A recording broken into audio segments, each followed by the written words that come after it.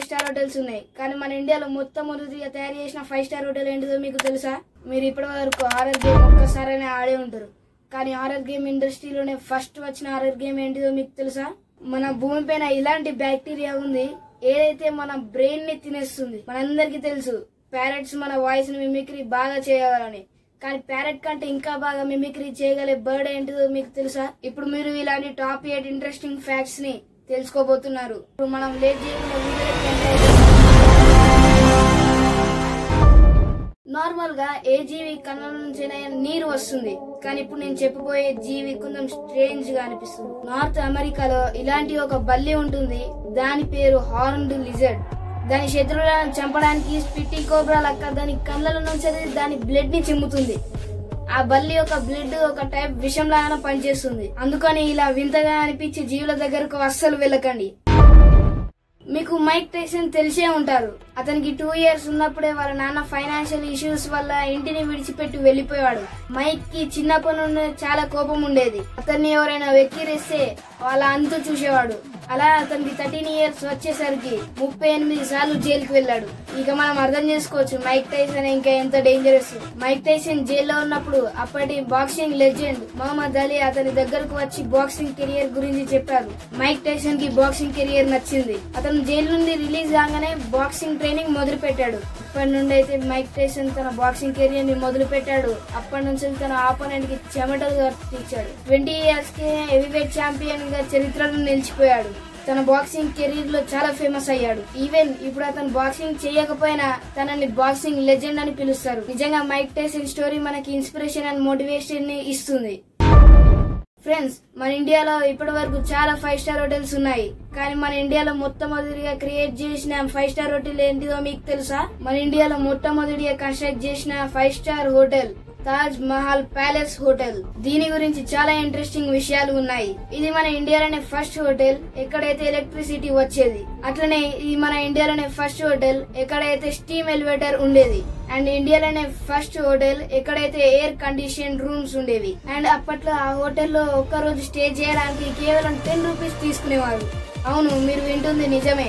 దానితో పాటు fan and attached bathroom కూడా కావాలంటే ఒక్క రోజుకి 13 rupees తీసుకునేవారు. కానీ ఈ రోజుల్లో మీకు అక్కడ ఒక రూమ్ కావాలంటే మినిమం టు మినిమం 40,000 మీరు పే చేయాల్సి ఉంటుంది. అయితే దీన్ని జంషెడ్జీ టాటా అనే వ్యక్తి దీన్ని నిర్మించారు. ఫ్రెండ్స్, మీరు హారర్ గేమ్స్ ఒక్కసారైనా ఆడే ఉంటారు. కానీ మీకు తెలుసా గేమ్స్ ఇండస్ట్రీలోనే మొట్టమొదటిగా రిలీజ్ అయిన హారర్ గేమ్ ఏంటిదని? ఆ గేమ్ పేరు హాంటెడ్ హౌస్. ఈ గేమ్ ఇప్పట్లో రాలేదు. ఈ గేమ్ 1982లోనే రిలీజ్ అయింది. ఇది అప్పటి హారర్ గేమ్ కాబట్టి దీంట్లో ఓన్లీ పజిల్స్ సాల్వ్ చేయాలి, లేదంటే దయ్యం వచ్చి తినేస్తుంది. కానీ ఇప్పుడు మీకు తెలుసా టాప్ 1 హారర్ గేమ్ ఏంటిదని? ఆ గేమ్ పేరు రెసిడెంట్ ఈవిల్. దీని గురించి చాలా మూవీస్ కూడా వచ్చాయి. ఆ మూవీస్ ఎంత భయంకరంగా ఉంటాయో అంతే భయంకరంగా ఈ గేమ్ ఉంటుంది. మీరు ఆడిన ఫస్ట్ హారర్ గేమ్ ఏంటిదో తప్పకుండా కామెంట్ చేయండి. మన భూమి పైన ఇలాంటి ఒక బ్యాక్టీరియా ఉంది ఏదైతే మన బ్రెయిన్ ని తినేస్తుంది. ఆ బ్యాక్టీరియా పేరు వచ్చేసి నైగ్లేరియా ఫౌలరీ. ఈ బ్యాక్టీరియా మన బ్రెయిన్ ని తినేస్తుంది.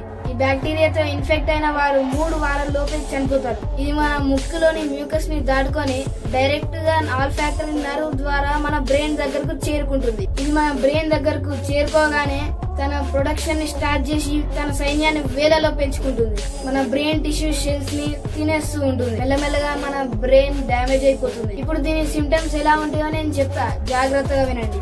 ఫస్ట్ మనకి టేస్ట్ అండ్ స్మెల్ తెలియదు. మెల్లమెల్లగా headache, vomiting, fever, body pain లాంటివి జరుగుతూ ఉంటాయి. అలాగే మెల్లమెల్లగా మీ బాడీ కంట్రోల్ ని కోల్పోతారు.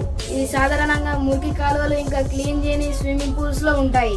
మనం ఎప్పుడైతే అలాంటి వాటర్ దగ్గరకు వెళ్తామో అప్పుడు అవి మనకి ఇన్ఫెక్ట్ అవుతుంది. అందుకని ఎప్పుడైనా క్లీన్ అండ్ హైజీనిక్ వాటర్ నే ప్రిఫర్ చేయండి. మనందరికీ తెలుసు ప్యారెట్స్ మనుషుల వాయిస్ ని మిమిక్రీ చేయగలవని.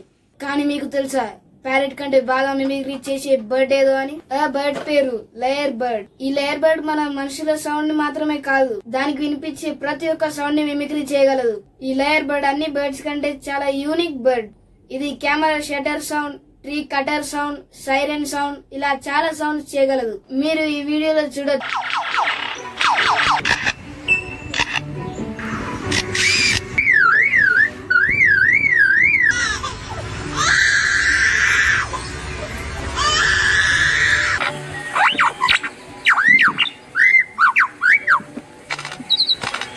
ఈ బర్డ్స్ మన ఇండియాలో ఉంటాయని అనుకోకండి, ఇవి ఆస్ట్రేలియన్ అడవుల్లో ఉంటాయి. ఫ్రెండ్స్, మిమ్మల్ని ఒక క్వశ్చన్ అడుగుతాను.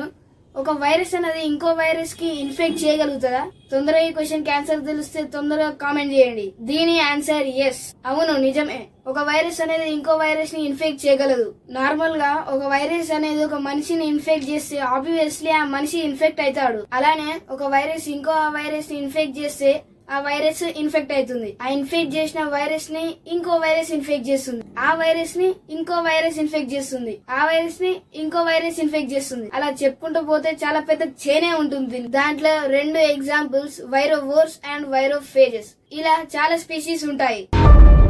ఏ మనిషి అయినా చనిపోతే ఆ బాడీని కాల్చి బూడిద చేస్తారు. కానీ ఈ ప్రపంచంలో కొంతమంది మనుషులు ఉన్నారు, ఎవరైతే వాళ్ళ బాడీని కాలుస్తారో వాళ్ళ పూర్తి బాడీ బూడిద కింద మారుతుంది, కానీ వాళ్ళ కాళ్ళు మాత్రం బూడిద కింద మారవు. ఈ విషయాన్ని వినగానే మీరెవ్వరు నమ్మరేమో గానీ మీరు ఇప్పుడు కొంతమంది వర్కర్స్ గురించి తెలుసుకోవాలి. కొంతమంది వర్కర్స్ ఉంటారు, ఎవరైతే సాల్ట్ ప్రొడక్షన్ చేస్తారు. వాళ్ళు ఎప్పుడు ఆ సాల్ట్ లోనే నించుంటారు.